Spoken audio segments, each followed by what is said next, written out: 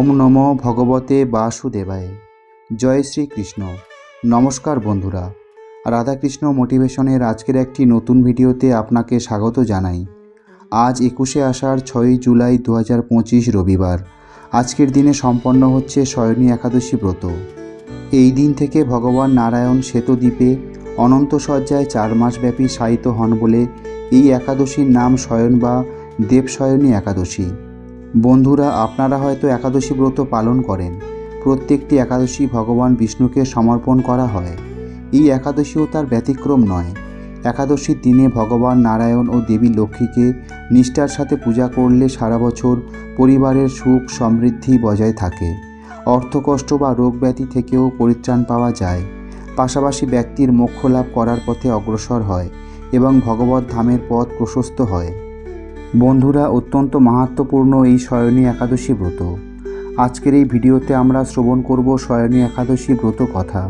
তারপর আলোচনা করব শয়নী একাদশী ব্রত কবে পালন করতে হবে এবং ব্রতের পালনের সময়। তারপর আপনাদের জানাবো এই একাদশী পালনের কিছু নিয়ম। পাশাপাশি যারা পালন করবেন তাদের সংকল্প মন্ত্র, পালন মন্ত্র এবং উপবাস ভঙ্গের পর কি কি খাওয়া যাবে এইসব নিয়ে বিস্তারিত আলোচনা করব। এবং একাদশীর দিন যারা কোনো কারণে ব্রত রাখতে পারছে না, তারা দিনের যে কোনো সময়ে এই ব্রত কথাটি একবার শ্রবণ করে ভগবান শ্রীকৃষ্ণের উদ্দেশ্যে একটি প্রদীপ অবশ্যই প্রজ্বলন করবেন। এই প্রক্রিয়াটি করলেও ব্রতের পূর্ণ ফল অনেকাংশে লাভ করা যায়। তো বন্ধুরা, অবশ্যই করে আপনারা আষাঢ় মাসের শুক্লপক্ষের শয়নী একাদশী ব্রত খুব নিষ্ঠা সহকারে পালন করবেন। তাহলে শুরু করছি আষাঢ় মাসের শুক্লপক্ষের শয়নী একাদশী ব্রত কথা। রাধে রাধে, জয় শ্রীকৃষ্ণ। মহারাজ যুধিষ্ঠির বললেন, হে কৃষ্ণ, আষাঢ় মাসের শুক্লপক্ষের একাদশীর নাম কি? এর মহিমাই বা কী? তা আমাকে কৃপা করে বলুন। শ্রীকৃষ্ণ বললেন, ব্রহ্মা এই একাদশী সম্পর্কে দেবর্ষি নারদকে যা বলেছিলেন, আমি সেই আশ্চর্যজনক কথা আপনাকে বলছি। শ্রী ব্রহ্মা বললেন, হে নারদ, এ সংসারে একাদশীর মতো পবিত্র আর কোনো ব্রত নেই। সকল পাপ বিনাশের জন্য এই বিষ্ণুব্রত পালন করা একান্ত আবশ্যক। যে ব্যক্তি এই প্রকার পবিত্র পাপনাশক এবং সকল অভীষ্ট প্রদাতা একাদশী ব্রত না করে, তাকে নরকগামী হতে হয়। আষাঢ়ের শুক্লপক্ষের এই একাদশী শয়নী নামে বিখ্যাত। শ্রী ভগবান ঋষিকেশের জন্য এই ব্রত পালন করতে হয়। এই ব্রতের সম্বন্ধে এক মঙ্গলময় পৌরাণিক কাহিনী আছে। আমি এখন তা বলছি। বহু বছর পূর্বে সূর্যবংশে মান্ধাতা নামে একজন রাজর্ষি ছিলেন। তিনি ছিলেন সত্যপ্রতিজ্ঞ এবং প্রতাপশালী চক্রবর্তী রাজা। প্রজাদেরকে তিনি নিজের সন্তানের মতো প্রতিপালন করতেন। সেই রাজ্যে কোনো রকম দুঃখ, রোগ ব্যাধি, দুর্ভিক্ষ, আতঙ্ক, খাদ্যাভাব অথবা কোনো অন্যায় আচরণ ছিল না। এইভাবে বহুদিন অতিবাহিত হলো। কিন্তু একসময় হঠাৎ দৈব দুর্বিপাকে ক্রমাগত 3 বছর সে রাজ্যে কোনো বৃষ্টি হয়নি। দুর্ভিক্ষের ফলে সেখানে দেবতাদের উদ্দেশ্যে দানমন্ত্রের সাহা, সধা ইত্যাদি শব্দও বন্ধ হয়ে গেল। এমনকি বেদপাঠও ক্রমশ বন্ধ হলো। তখন প্রজারা রাজার কাছে এসে বলতে লাগলো, মহারাজ, দয়া করে আমাদের কথা শুনুন। শাস্ত্রের জলকে নার বলা হয়, আর সেই জলে ভগবানের অয়ন অর্থাৎ নিবাস। তাই ভগবানের এক নাম নারায়ণ। মেঘরূপে ভগবান বিষ্ণু সর্বত্র বাড়ি বর্ষণ করেন। সেই বৃষ্টি থেকে অন্ন এবং অন্ন খেয়ে প্রজাগণ জীবন ধারণ করেন। এখন সেই অন্নের অভাবে প্রজারা ক্ষয়প্রাপ্ত হচ্ছে। অতএব হে মহারাজ, আপনি এমন কোনো উপায় অবলম্বন করুন যাতে আপনার রাজ্যে শান্তি এবং কল্যাণ সাধন হয়। রাজা মান্ধাতা বললেন, তোমরা ঠিকই বলেছ। অন্ন থেকে প্রজার উদ্ভব, অন্ন থেকেই প্রজার পালন। তাই অন্নের অভাবে প্রজারা বিনষ্ট হয়, আবার রাজার দোষেও রাজ্য নষ্ট হয়। আমি নিজের বুদ্ধিতে আমার নিজের কোনো দোষ খুঁজে পাচ্ছি না, তবুও প্রজাদের কল্যাণের জন্য আমি আপ্রাণ চেষ্টা করব। তারপর রাজা ব্রহ্মাকে প্রণাম করে সৈন্যসহ বনে গমন করলেন। সেখানে প্রধান প্রধান ঋষিদের আশ্রমে ভ্রমণ করলেন। এভাবে একদিন তিনি ব্রহ্মার পুত্র মহা তেজস্বী অঙ্গিরা ঋষির সাক্ষাৎ লাভ করলেন। তাকে দর্শন মাত্রই রাজা মহানন্দে ঋষির চরণ বন্দনা করলেন। মুনিবর তাকে আশীর্বাদ ও কুশল প্রশ্ন জিজ্ঞাসা করলেন। রাজা তখন তার বনে আগমনের কারণ সবিস্তারে ঋষির কাছে জানালেন। ঋষি অঙ্গিরা কিছু সময় ধ্যানস্থ থাকার পর বলতে লাগলেন, হে রাজন, এটি সত্য যুগ। এই যুগে সকল লোক বেদপরায়ণ এবং ব্রাহ্মণ ছাড়া অন্য কেউ তপস্যা করে না। এই নিয়ম থাকা সত্ত্বেও এক শূদ্র এ রাজ্যে তপস্যা করছে। তার এই অকার্যের জন্যই রাজ্যের এই দুর্দশা। তাই তাকে হত্যা করলেই সকল দোষ দূর হবে। রাজা বললেন, হে মুনিবর, তপস্যাকারী নিরপরাধ ব্যক্তিকে আমি কিভাবে বধ করব? আমার পক্ষে সহজসাধ্য অন্য কোনো উপায় থাকলে আপনি তা দয়া করে আমাকে বলুন। তদুত্তরে মহর্ষি অঙ্গিরা বললেন, আপনি আষাঢ় মাসের শুক্লপক্ষের শয়নী নামে প্রসিদ্ধ একাদশী ব্রত পালন করুন। এই ব্রতের প্রভাবে নিশ্চয়ই রাজ্যে বৃষ্টি হবে। এই একাদশী সর্বসিদ্ধিদাত্রী এবং সর্ব উপদ্রব নাশকারিণী। হে রাজন, প্রজা ও পরিবারবর্গ সহ আপনি এই ব্রত পালন করুন। মুনিবরের কথা শুনে রাজা নিজের প্রাসাদে ফিরে এলেন। আষাঢ় মাস উপস্থিত হলে রাজ্যের সকল প্রজা রাজার সাথে এই একাদশী ব্রতের অনুষ্ঠান করলেন। ব্রত প্রভাবে প্রচুর বৃষ্টিপাত হলো। কিছুকালের মধ্যেই অন্নাভাব দূর হলো। ভগবান ঋষিকেশের কৃপায় প্রজাগণ সুখী হলো। এ কারণে সুখ ও মুক্তি প্রদানকারী এই উত্তম ব্রত পালন করা সকলেরই অবশ্যই কর্তব্য। ভবিষ্যত্তর পুরাণে যুধিষ্ঠির শ্রীকৃষ্ণ তথা নারদ ব্রহ্মা সংবাদরূপে একাদশীর এই মাহাত্ম্য বর্ণিত হয়েছে। বন্ধুরা, যারা ভারত ও বাংলাদেশে রয়েছেন সেক্ষেত্রে 6 জুলাই 2025 রবিবার অর্থাৎ আজ সম্পন্ন হবে আষাঢ় মাসের শুক্লপক্ষের শয়নী একাদশী ব্রত। এশিয়া মহাদেশের সকল দেশে 6 জুলাই 2025 রবিবার অর্থাৎ আজ সম্পন্ন হবে শয়নী একাদশী ব্রত। শুধুমাত্র দক্ষিণ কোরিয়াতে ব্রত 7ই জুলাই। তো বন্ধুরা, আপনারা চাইলে নির্জলা উপবাস করতে পারেন। আর যাদের নির্জলা উপবাসের সমস্যা আছে সেই সব ব্যক্তিরা ফলমূল গ্রহণ করে একাদশী ব্রত পালন করতে পারবেন। বন্ধুরা, এবারে আমরা জেনে নেব পারণের সময়। পশ্চিমবঙ্গে পরদিন পারণের সময়সূচি 4:57 AM থেকে 9:24 AM। বৃন্দাবনে পরদিন পারণের সময়সূচি 5:29 AM থেকে 10:05 AM। বাংলাদেশে পরদিন পারণের সময়সূচি 5:23 AM থেকে 9:41 AM। বন্ধুরা, এবারে আমরা জানব একাদশী পালনের নিয়ম। একাদশীর আগের দিন রাত্রে 11টা থেকে 11:30টার মধ্যে অন্নপ্রসাদ গ্রহণ করে দাঁত মেজে নেবেন।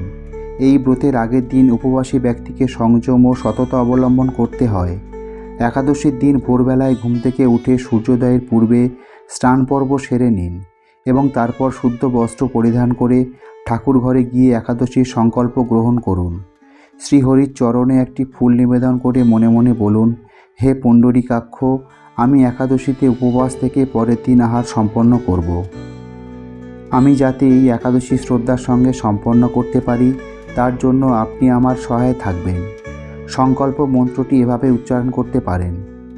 একাদশাং নিরাহার স্থিতা অহম অপরে হওনি ভক্ষামি পুণ্ডরীকাক্ষ শরণং মে ভাবাচ্যুত। আমাদের শাস্ত্রের বিধান অনুযায়ী দশমীতে একবার আহার এবং একাদশীতে নিরাহার থাকতে হয়। যদি অসমর্থ হন তাহলে শুধুমাত্র একাদশীতেই নিরাহার থাকতে হবে। আর যদি পারেন তাহলে আজকের এই একাদশীতে নির্জলা রাখার চেষ্টা করুন। যদি কোনো কারণে আপনি তাতেও অসমর্থ হন তাহলে পঞ্চরবি শস্য বাদ দিয়ে ফলমূল, সবজি এবং অনুকল্প প্রসাদ গ্রহণ করতে পারবেন। পঞ্চরবি শস্য অর্থাৎ চাল বা গম জাতীয় কোনো খাবার। ডাল এবং সরিষার তেল একাদশীতে পরিহার করতে হবে। বাজরা, শ্যামাদানা, ওটস, ছোলা এবং পঞ্চরবি শস্যের অন্তর্ভুক্ত, তাই এসব গ্রহণ করবেন না। বন্ধুরা, আপনারা একাদশীতে ফলমূল গ্রহণ করবেন। যাদের পক্ষে নির্জলা উপবাস পালন করা সম্ভব সেটি সবথেকে ভালো, কিন্তু যাদের পক্ষে নির্জলা উপবাস পালন করা সম্ভব নয় সেই সমস্ত ব্যক্তিরা ফলমূল গ্রহণ করে এই একাদশী ব্রত পালন করতে পারবেন। শয়নী একাদশী ব্রতের প্রধান উদ্দেশ্য আত্মশুদ্ধি এবং পাপ থেকে মুক্তি। ব্রহ্মবৈবর্ত পুরাণে বলা হয়েছে যে ব্রতকারী যদি একাদশীর দিন শস্যদানা গ্রহণ করে সে তার পিতামাতা, ভাই এবং গুরু হত্যাকারী, এবং সে যদি বৈকুণ্ঠ লোকে উন্নীত হয় তবুও তার অধঃপতন ঘটে। এই দিন আপনি যদি চান তাহলে ভগবান বিষ্ণুকে সব কিছু নিরামিষ আহার রন্ধন করে ভোগ অর্পণ করতে পারেন। তবে সেই ভোগে যদি অন্ন এবং ডাল থাকে তাহলে সেই ভোগ একাদশীর দিন গ্রহণ করা যাবে না। সেই প্রসাদ পরের দিন গ্রহণ করার জন্য রেখে দেওয়া যেতে পারে। একাদশীর দিন ডালিয়া বা ওটস জাতীয় খাবার বর্জন করতে হবে, তবে সাবুত তৈরি পায়েস আজকের দিনে খাওয়া যেতে পারে। যেহেতু আগেই বলা হয়েছে একাদশীর দিন শস্যদানা আহার করা নিষিদ্ধ, এমনকি তা যদি ভগবান বিষ্ণুর প্রসাদও হয় তবুও তা গ্রহণ করতে শাস্ত্রে কঠোরভাবে নিষেধ করা হয়েছে। তাই একাদশীর দিন নিজেও অন্নভোজন করবেন না এবং অন্যকেও অন্নভোজন করাবেন না। একাদশীর দিন একাদশীর সংকল্প মন্ত্র, ভগবান বিষ্ণুর পুজো, উপবাস, জপ, ধ্যান, স্তোত্রপাঠ ও ভাগবত শ্রবণ করা উচিত। এই ব্রতের দিন আপনারা বেশি বেশি করে হরিনাম জপ করবেন, মঙ্গল আরতি করবেন, ভগবানকে পূজা নিবেদন করবেন। অনেকের মনে সন্দেহ থাকে যে একাদশীর দিন তুলসী মাতাকে জল নিবেদন করা যাবে কি না। তাদের উদ্দেশ্যে বলি, বছরে 365 দিন রবিবার এবং একাদশী তিথিতে তুলসী মাতাকে অবশ্যই জল নিবেদন করতে হবে। একাদশীর দিন ভগবানের চরণে তুলসী পত্র, পুষ্প অর্পণ করবেন এবং তুলসীতে জলদান করবেন। একাদশী সহ বছরে প্রতিদিন তুলসীতে জলদান করতে হবে। প্রতিদিন তুলসী আরতি ও প্রদক্ষিণ করতে হবে। তবে একাদশীর দিন তুলসী পাতা চয়ন করা নিষিদ্ধ। তাই ভগবান বিষ্ণুকে যে তুলসী পাতা আপনি নিবেদন করতে চান তা আগের দিন চয়ন করে রাখা কর্তব্য, কারণ একাদশীর দিন তুলসী পাতা ছিঁড়তে নেই। এছাড়া একাদশীর দিন নেশা জাতীয় দ্রব্য যেমন চা, কফি এগুলিকে বর্জন করার চেষ্টা করবেন। এখানে একটা কথা বলে রাখা আবশ্যক, যদিও একাদশীতে নিরাহার থাকার বিধান রয়েছে, কিন্তু যারা শারীরিকভাবে অসুস্থ তারা একাদশীর দিন ঔষধ গ্রহণ করতে পারেন। এতে একাদশী ব্রতে কোনো প্রভাব পড়ে না। একাদশীর দিন আপনারা বেশি বেশি করে শাস্ত্র অধ্যয়ন করবেন এবং নির্দিষ্ট একাদশী ব্রত মাহাত্ম্য পাঠ করবেন। এইভাবে আপনারা প্রতিটি একাদশী ব্রত পালন করতে পারেন। শ্রোতা বন্ধুরা, এবারে আমরা জেনে নেব একাদশীর দিন যারা একাদশী ব্রত পালন করবেন তারা পরের দিন পারণ ক্রিয়া কীভাবে সম্পন্ন করবেন। পঞ্জিকাতে পারণের জন্য যে সময় নির্দিষ্ট করা থাকে সেই সময়ের মধ্যে পারণ ক্রিয়া সম্পন্ন করা অতি আবশ্যক। পারণের জন্য পঞ্চরবিশস্য দিয়ে ভগবানকে ভোগ নিবেদন করে 3 বার ভক্তি সহকারে এই পারণ মন্ত্রটি উচ্চারণ করুন। এই মন্ত্র পাঠ করে একাদশীর ফল ভগবানের চরণে অর্পণ করতে হয় এবং সেই অনুকল্প প্রসাদ গ্রহণ করে পারণ অর্থাৎ একাদশী ব্রত ভঙ্গ করতে হয়। নতুবা একাদশী পূর্ণ ফল লাভ করা থেকে আপনি বঞ্চিত থেকে যেতে পারেন। একাদশী ব্রতের পরদিন সকালে পারণের নির্দিষ্ট সময়ের মধ্যে অন্ন, রুটি বা ছাতু বা যে কোনো প্রকার রবিশস্য গ্রহণ করে ব্রতের পারণ করবেন বা সমাপ্ত করবেন। পারণ মন্ত্রটি হল অজ্ঞান তিমিরান্ধস্য ব্রতে নানেব কেশব প্রসিদ্ধ সুমুখনাথ জ্ঞানদৃষ্টি প্রদভব। অর্থাৎ, হে কেশব, আমি অজ্ঞানরূপ অন্ধকারে নিমজ্জিত হয়ে আছি। হে প্রভু, এই ব্রত দ্বারা আমার প্রতি প্রসন্ন হয়ে আমাকে জ্ঞানচক্ষু প্রদান করো। বন্ধুরা, সবশেষে একটাই কথা বলার, একাদশী ব্রত পালনের প্রকৃত উদ্দেশ্য কেবল উপবাস করা নয়, নিরন্তর শ্রীহরির নাম স্মরণ, মনন এবং শ্রবণ কীর্তনের মাধ্যমে একাদশীর দিনটি ভক্তি সহকারে অতিবাহিত করতে হয়। একাদশীর দিন যে কোনো রকমের পরচর্চা, পরনিন্দা, রাগ, মিথ্যা কথা বলা এগুলিকে পরিহার করার চেষ্টা করুন।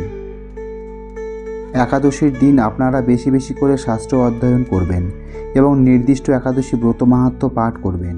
সম্ভব হলে একাদশীর দিনে শ্রী বিষ্ণুকে সন্তুষ্ট করার জন্য শ্রীমদ্ ভগবদ্ গীতা থেকে যে কোনো একটি অধ্যায় পাঠ বা শ্রবণ করুন এবং বেশি বেশি করে ভগবানকে স্মরণ করুন। হরিনাম সংকীর্তন করুন, মালা জপ করুন। এইভাবে আপনারা প্রতিটি একাদশী ব্রত পালন করতে পারেন। শয়নী একাদশী ব্রত শুধু আধ্যাত্মিক দৃষ্টিকোণ থেকেই গুরুত্বপূর্ণ নয়, এটি সামাজিক ও নৈতিক জীবনের দিক থেকেও শিক্ষণীয়। এই ব্রতের মাধ্যমে মানুষ অহংকার, লোভ, হিংসা, ক্রোধ, মিথ্যা, অসততা প্রভৃতি দোষ ত্যাগ করতে শেখে। অন্যের দুঃখ কষ্ট অনুভব করে দান, ধর্ম ও সেবার মাধ্যমে এক সহানুভূতি সমাজ গঠনের দিকে আগ্রহী হয়। যেহেতু এই ব্রততে সংযম, দয়া ও পুণ্য কর্মের উপর গুরুত্ব দেওয়া হয়, তাই এটি এক উন্নত মানবিক চেতনা গঠনের ক্ষেত্রেও সহায়ক। শয়নী একাদশী ব্রত এক অনন্য তীর্থ সদৃশ্য দিন, যেখানে আত্মার শুচিতা ও পাপমোচন একযোগে সম্ভবপর হয়। এটি কেবল একদিন উপবাস নয়, বরং এক চেতনার উদ্বোধন। এখানে ব্যক্তি আত্মিক উন্নয়নের পথে অগ্রসর হয়। আমাদের জীবনের যতই কর্ম হোক না কেন, কখনো না কখনো আমরা পাপ, অহংকার, মিথ্যা ও ভ্রান্ত সিদ্ধান্তের দ্বারা আচ্ছন্ন হই। শয়নী একাদশী ব্রত আমাদের সেই অন্ধকার থেকে আলোর দিকে ফেরার সুযোগ দেয়। এই ব্রতের মাহাত্ম্য তাই সীমাহীন, অপার ও চিরন্তন। যারা নিষ্ঠা সহকারে এই ব্রত পালন করেন তারা এই জন্মেই শান্তি ও ভগবানের কৃপা লাভ করেন। এই রূপে শয়নী একাদশী ব্রত কেবল ধর্মীয় নয়, তা এক জীবনের দর্শন ও আত্মমুক্তির পথপ্রদর্শক। আমাদের সকলের উচিত এই ব্রতের মর্ম উপলব্ধি করে নিয়মমাফিক পালন করা, যাতে আমরা জীবনের প্রকৃত সার্থকতা অর্জন করতে পারি। তো এই ছিল আজকের ভিডিওর বিষয়। শ্রোতা বন্ধুরা, আশা করি এই ভিডিওটি দেখে আপনি সমৃদ্ধ হয়েছেন। বন্ধুরা, ভিডিওটি যদি ভালো লাগে তাহলে ভিডিওটিতে অবশ্যই একটি লাইক করবেন এবং আপনার আপনজনদের সাথে ভিডিওটি শেয়ার করবেন, যাতে তারা ভিডিওটি দেখে উপকৃত হতে পারে। সকলে ভালো থাকুন, সুস্থ থাকুন। মঙ্গলময় শ্রীকৃষ্ণের কৃপায় আপনার জীবন আরও সুন্দর ও সার্থক হয়ে উঠুক। রাধে রাধে। জয় শ্রীকৃষ্ণ।